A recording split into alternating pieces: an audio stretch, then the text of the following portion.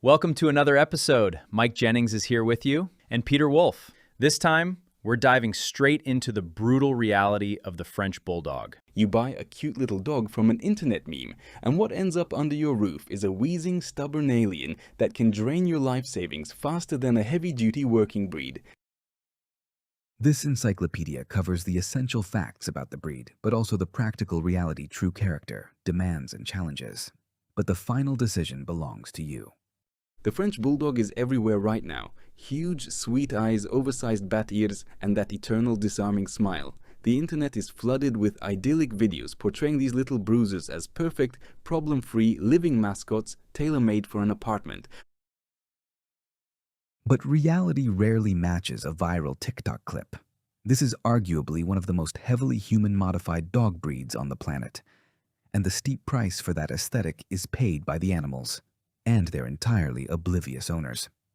Today, we're stripping away the filters to face the brutal truth about this breed. Peter will lay out exactly how this creature's anatomy dictates its daily grind and why nature has completely surrendered to human aesthetics. And I'll explain exactly why this dog hooked me so deeply. Together, we'll expose the underlying mechanics that breeders keep quiet about. Mechanics that translate to vet bills capable of bankrupting a household.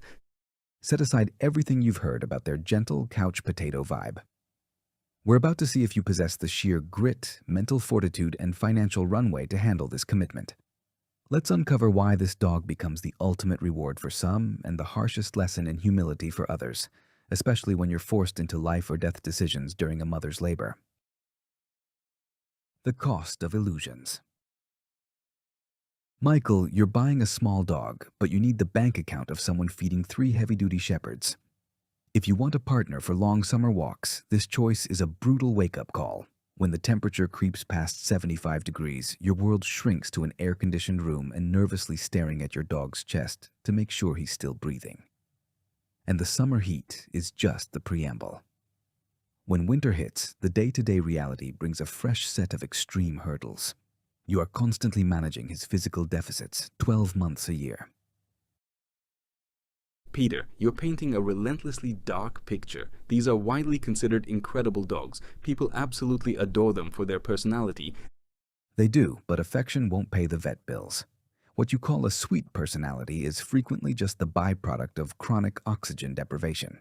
They literally lack the stamina for normal dog activity. That's an exaggeration. They make exceptional apartment dogs. They don't need vast open spaces, and they aren't excessive barkers. For a busy professional, it's a highly practical setup. The idea that they don't bark is a flat-out myth. All it takes is for this dog to claim a backyard, and the territorial instinct of its fighting ancestors flares up. But that sound barely qualifies as a bark. It's a relentless guttural hacking that literally drives pedestrians away.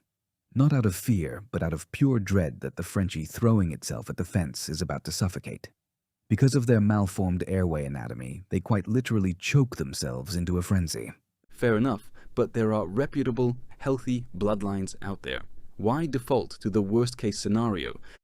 Because a broken physical framework is baked into their genetics. A compressed skull, crushed airways, malformed vertebrae. You lock into that risk from day one. Do you have the mental endurance to watch your dog struggle for air just trying to sleep on a muggy August night? We'll dissect all these controversies shortly, but let's lay down the groundwork first. To grasp these polarizing opinions, we have to look at where they came from. The Encyclopedic Baseline. The French Bulldog is a companion animal classified as a small molluscoid. Let's get straight to the facts, because there is a heavy fog of misinformation surrounding their history and their physiology. Where did this miniaturized bruiser actually come from, and how did humanity reshape it? We have to rewind to 19th century England. Textile workers bred a downsized version of the English Bulldog to act as a companion and a lethal rat hunter in the mills. When those workers migrated to France, the dogs came with them. There they were crossed with local ratters and pugs. That mix gave us the modern blueprint featuring those signature bat ears. Sounds harmless enough, but today's Frenchie retains absolutely nothing of that agile rodent hunter. Unfortunately, that's the brutal truth. We engineered the shortest possible muzzle and a dense, blocky frame, creating an animal that has lost the ability to execute basic biological functions without human intervention.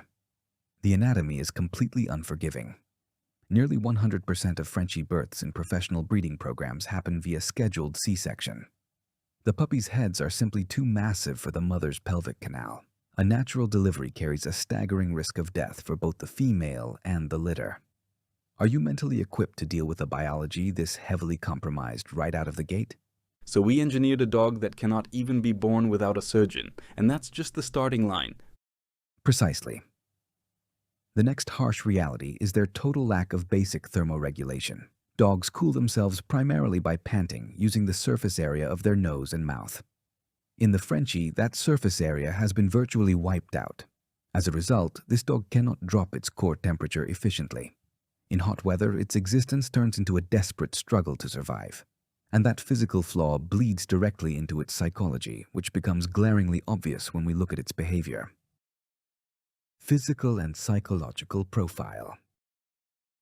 Let's pivot to their temperament, because we are definitely not dealing with a standard canine mind here. Owners constantly talk about a behavior known as shadow syndrome.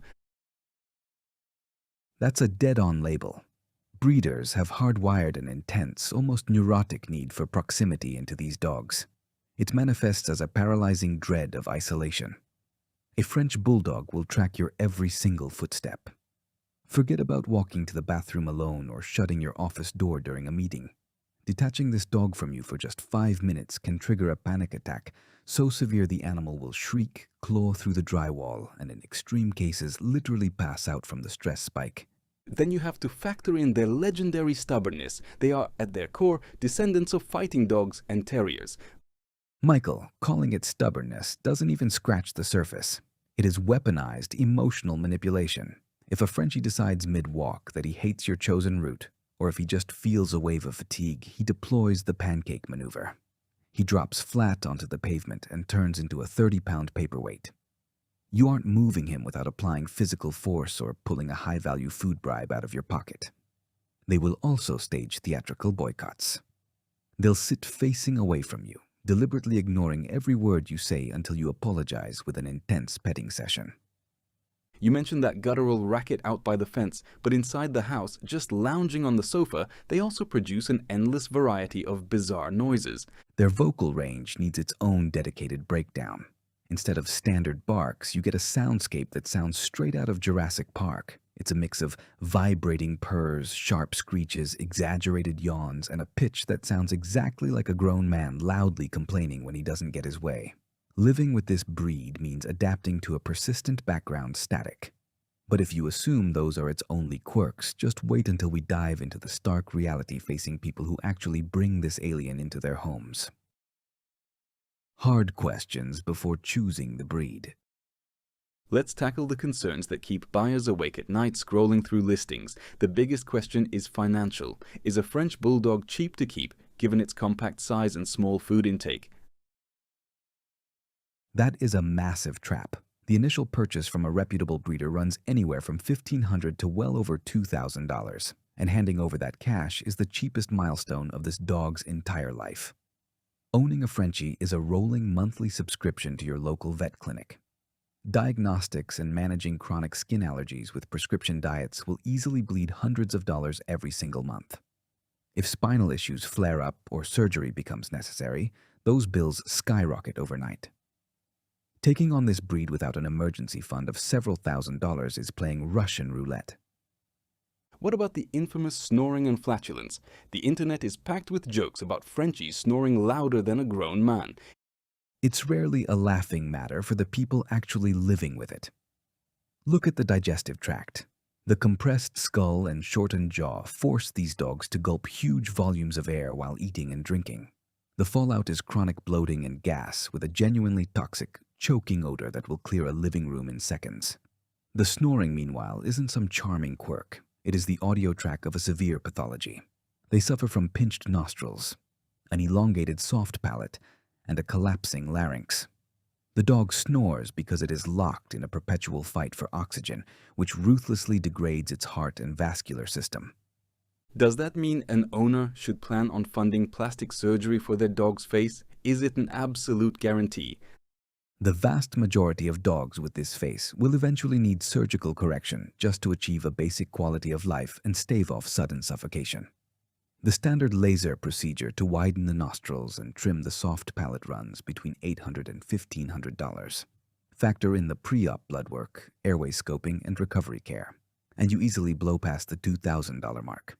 That's the hidden toll they leave out of those upbeat breeder ads. Do you have the stomach to navigate that clinical gauntlet? Peter, let's talk daily maintenance. I've heard the short coat makes them a wash-and-wear breed. Give them a quick wipe down once a week and you're good to go. Another illusion shattered by the daily grind.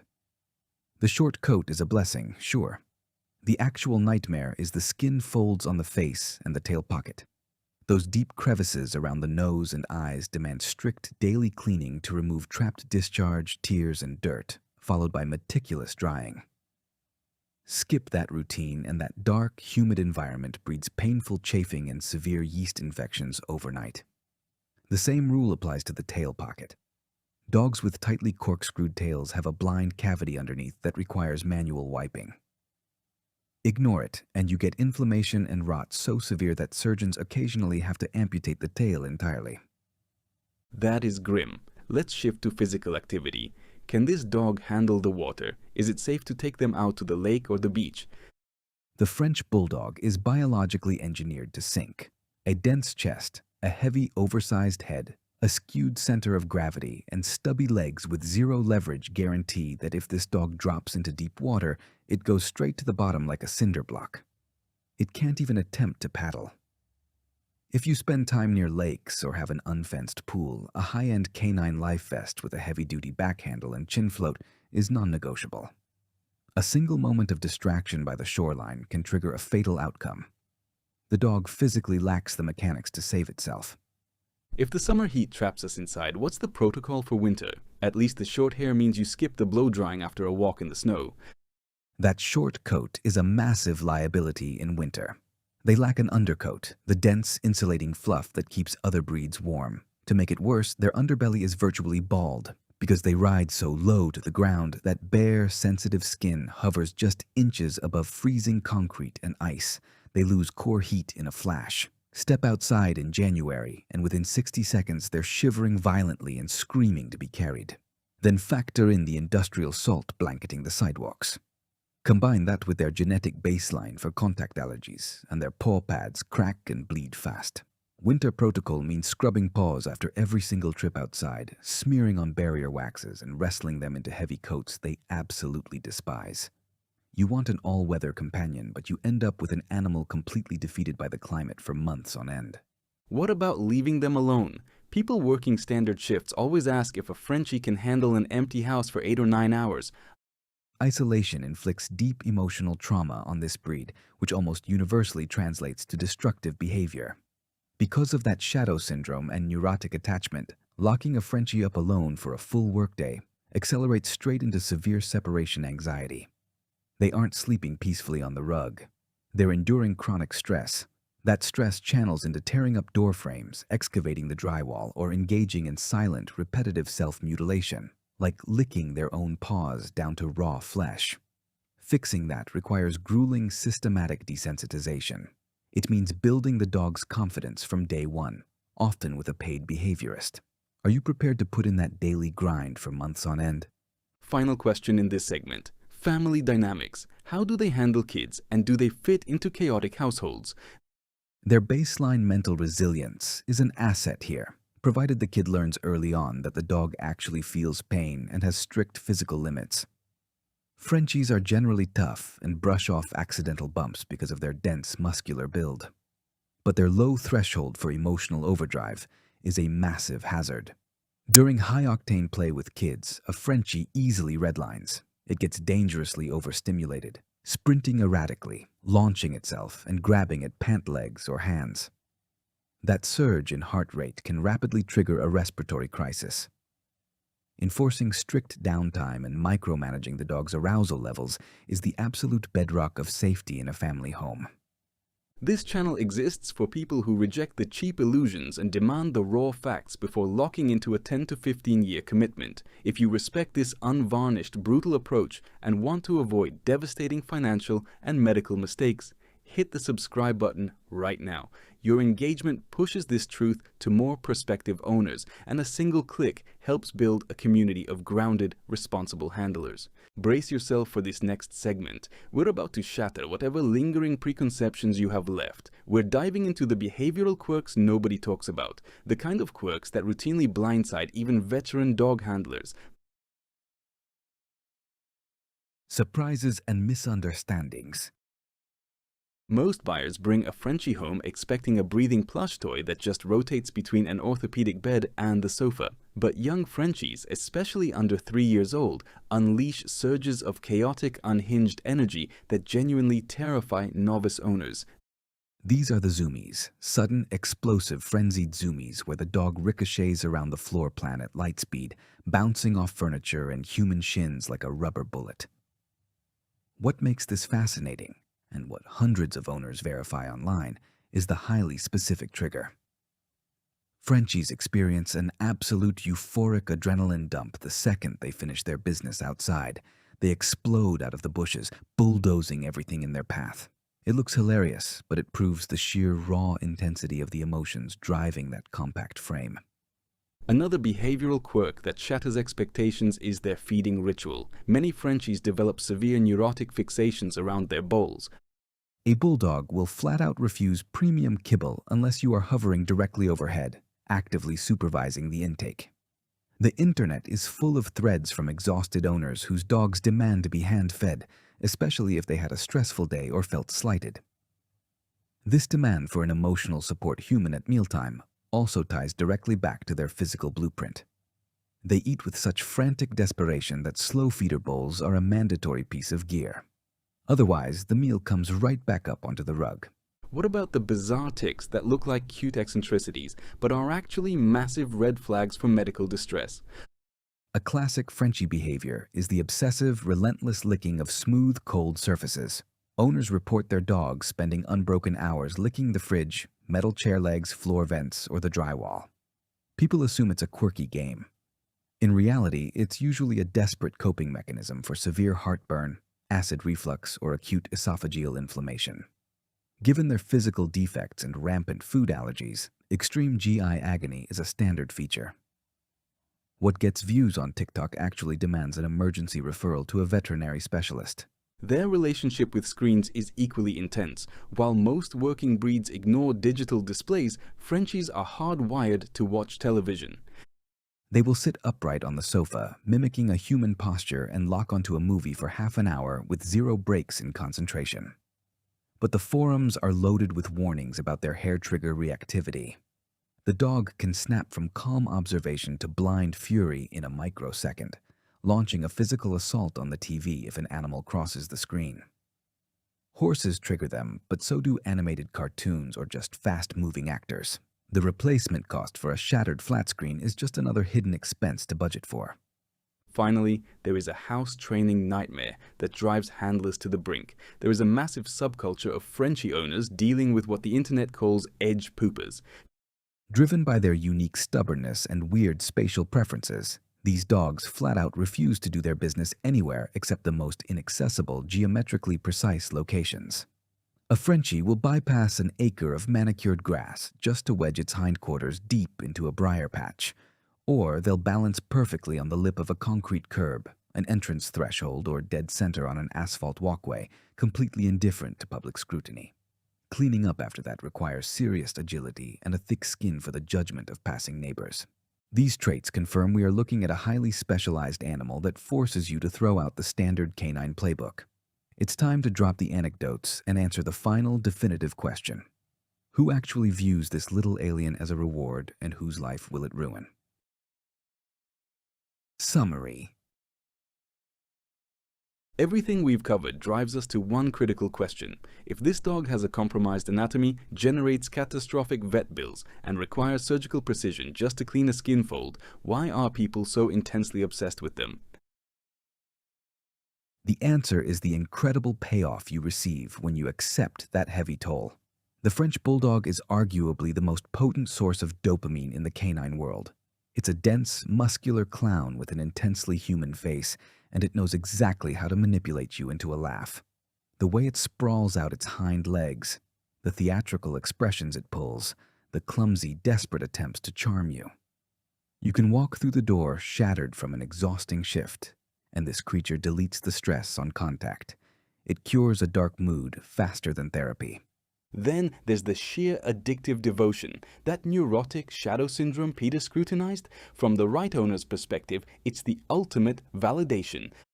A Frenchie doesn't love you from a distance. It locks eyes with you like you are the absolute center of its universe and the sole reason its heart pumps blood.